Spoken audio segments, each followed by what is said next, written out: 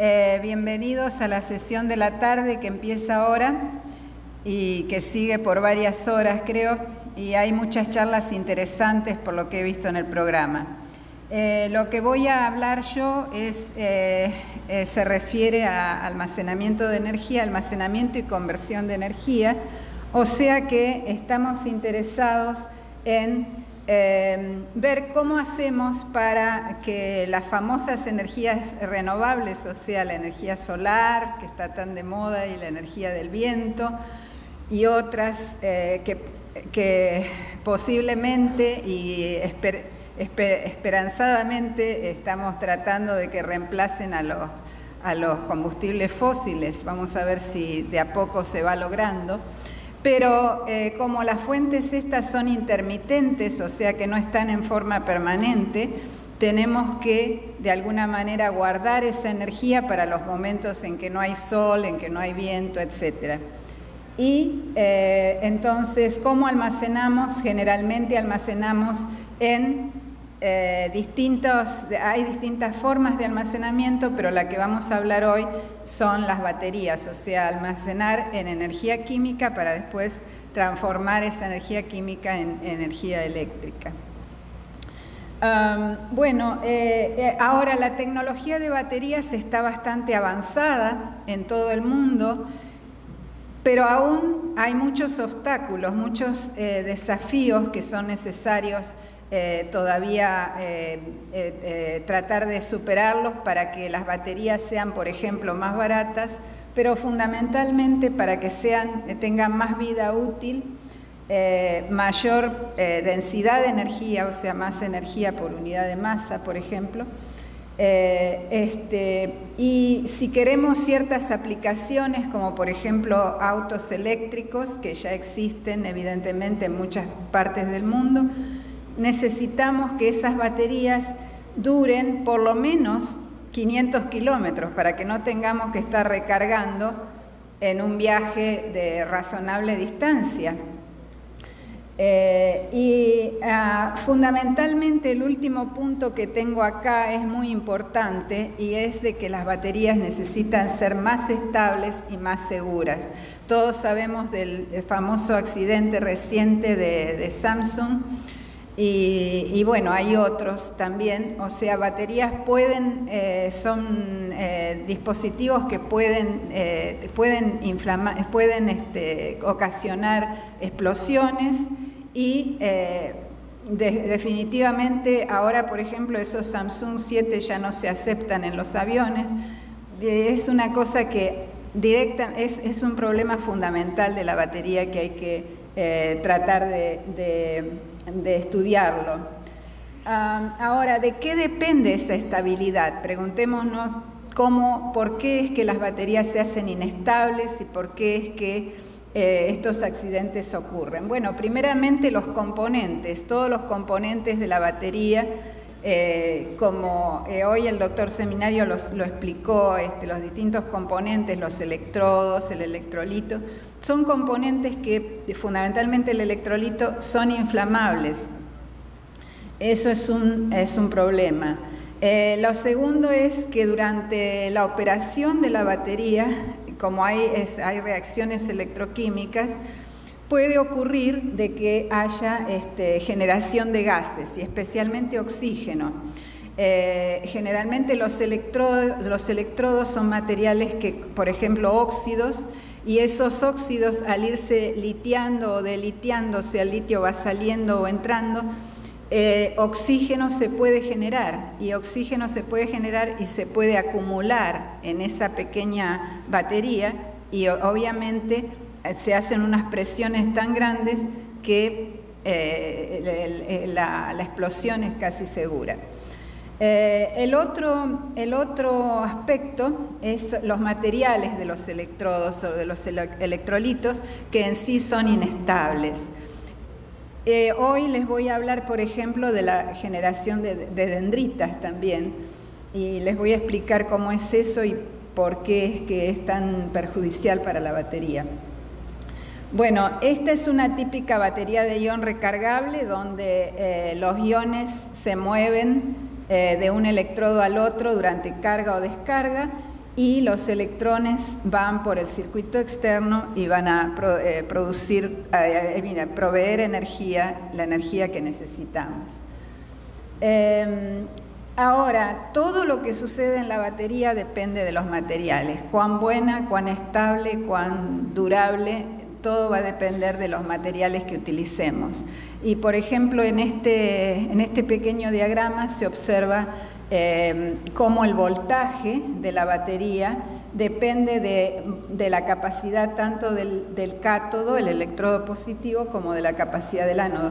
Y ustedes ven que aquí hay distintos tipos de materiales, por ejemplo, silicón, litio, germanio y otros más, que se pueden utilizar y dan distintas capacidades. Estas capacidades están indicadas acá en una determinada unidad, pero ustedes ven que van aumentando hacia el lado derecho, o sea, el litio metal como tal tiene una capacidad bien grande, pero el sílico litiado prácticamente lo igualaría en capacidad.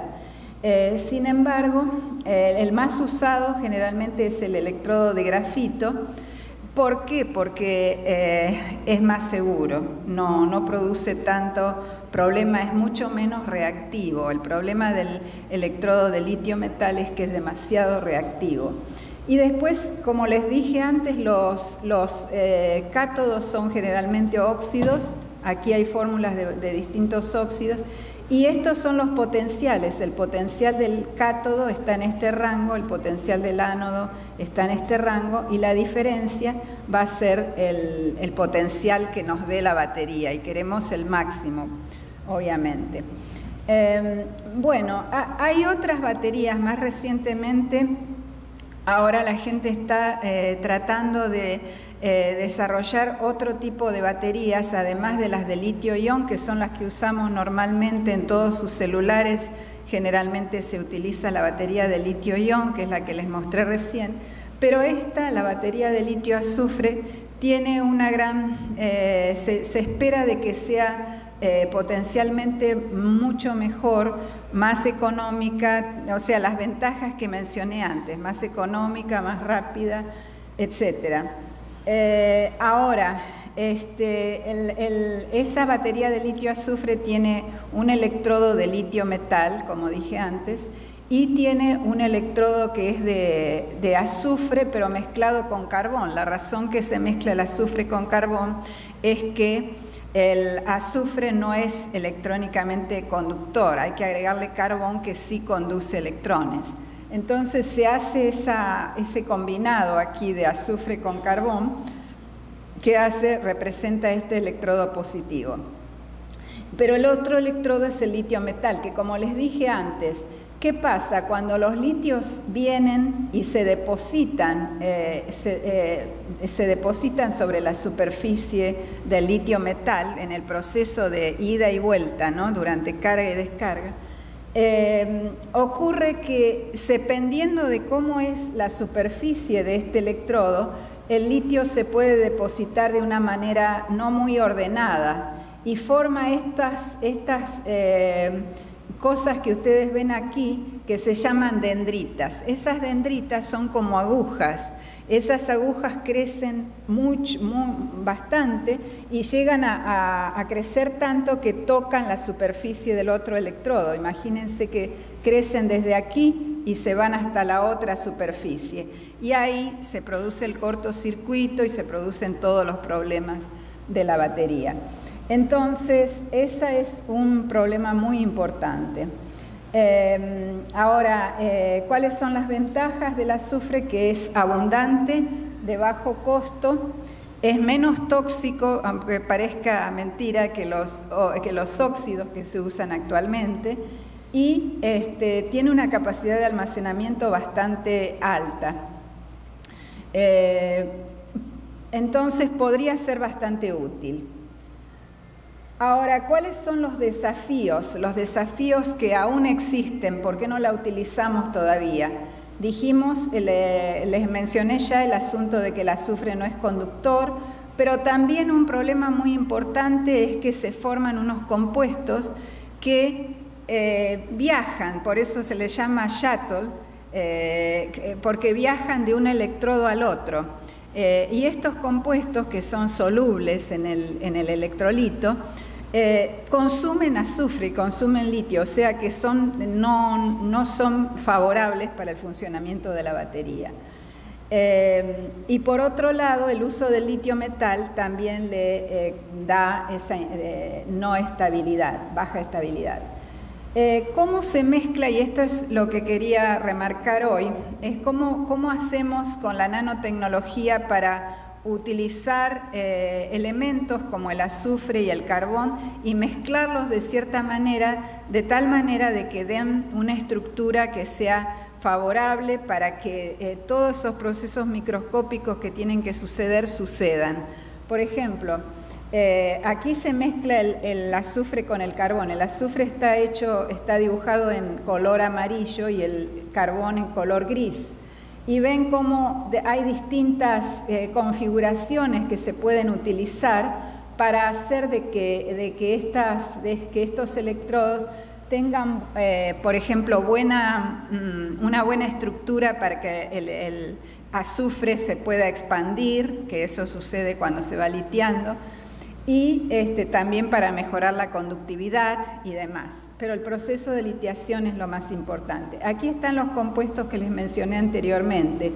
Estos son cuando está el azufre cristalino, es azufre 8, es este anillo, y luego cuando se va litiando se abre el anillo y se van formando estas cadenitas, más corta, más corta, más corta, hasta que llega a la litio 2S, que es la máxima litiación.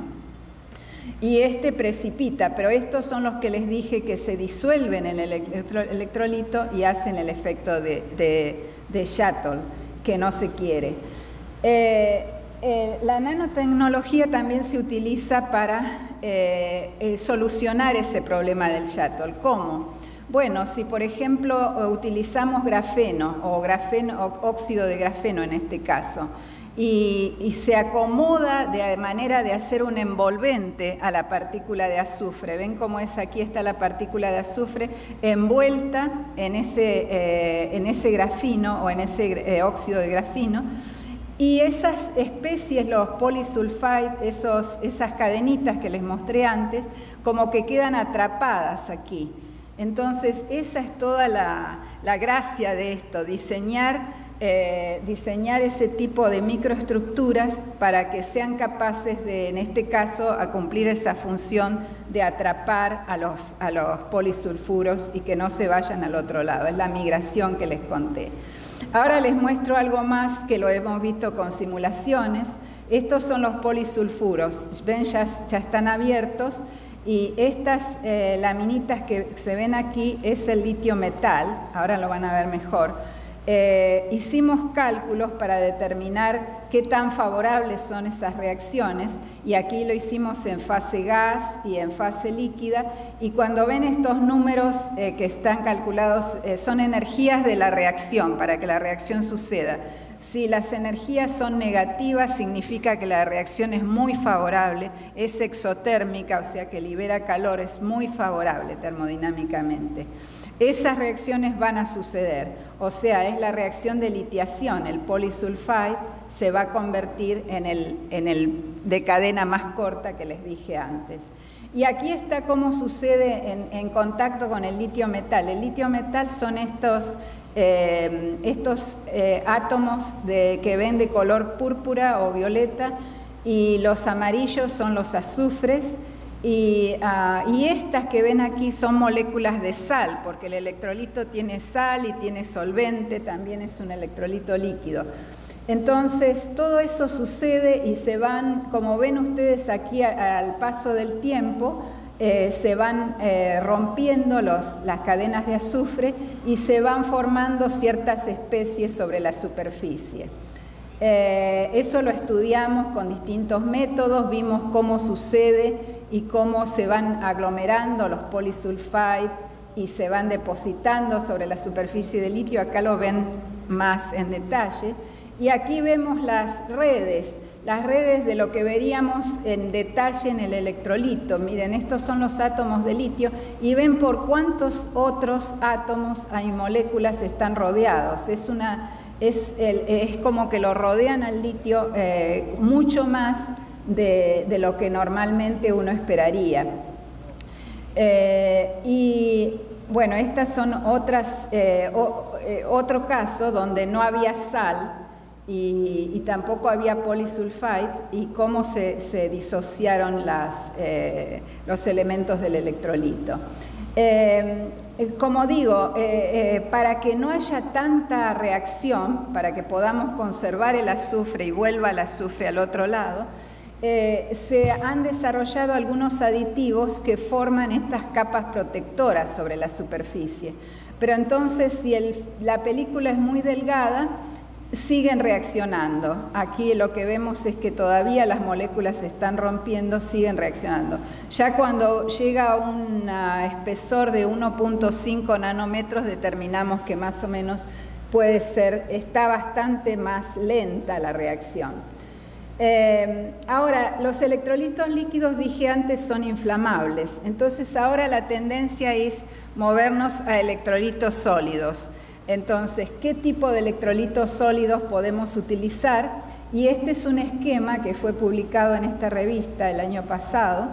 Y hay distintos tipos de electrolitos sólidos. Puede ser un polímero, este sería un polímero puro. Pero pueden ser esta otra área que son unos compuestos inorgánicos, y luego pueden ser que combinemos los polímeros con los compuestos inorgánicos. O sea, hay 3 diferentes áreas donde podemos tener un electrolito sólido. ¿Cuál sería la ventaja del electrolito sólido? Por un lado, imagínense una batería flexible.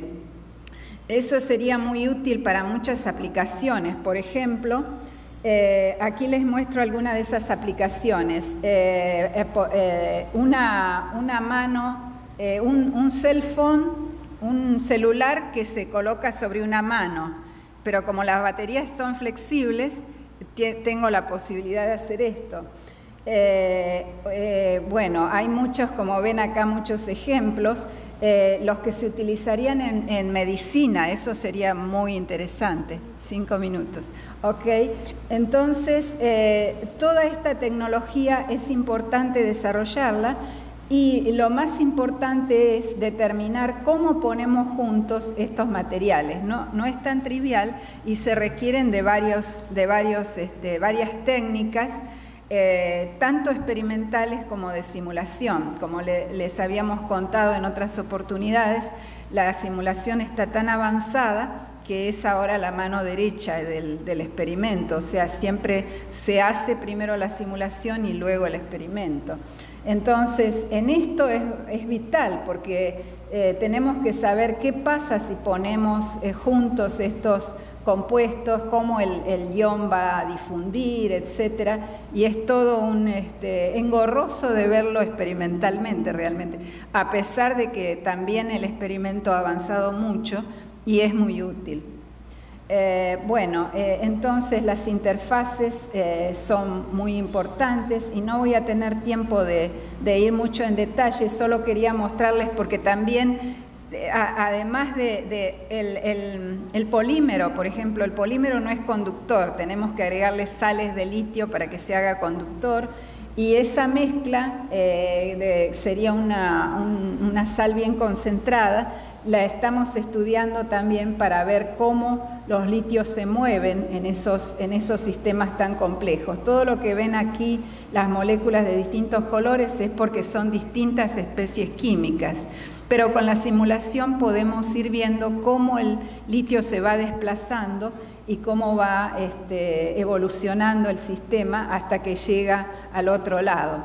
Y no solo eso, a veces se descompone químicamente y entonces viene el análisis de por qué es buena la solución concentrada con relativamente poco solvente, porque tenemos que, a medida que la sal se va disolviendo, va formando ciertas especies y esas dendritas que les hablé antes que se iban formando van a estar afectadas por la presencia de otras especies, o sea que en vez de crecer tipo aguja bien puntudo, va a crecer mucho más moderada debido a que hay otros productos que se han formado a su alrededor. Bueno, y con eso mis conclusiones son que la ingeniería de materiales es crucial para asegurar la estabilidad y la eficiencia de la batería y que la nanotecnología está jugando un papel fundamental para crear estos materiales compuestos que combinen las propiedades que deseamos. Bueno, y con esto voy a agradecer a las agencias que soportan la investigación, a mi grupo en distintas etapas de su vida y colaboradores de distintos lugares. Y por supuesto las agencias que nos facilitan las computadoras. Y a ustedes muchas gracias por su atención y si tienen preguntas, con mucho gusto.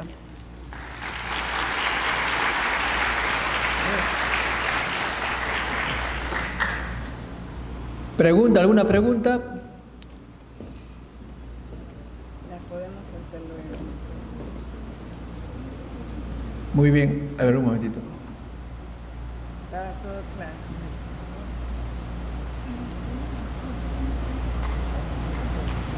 Bueno, Okay. Después te pasamos certificado. Muchas gracias, Perla. Gracias, amigos.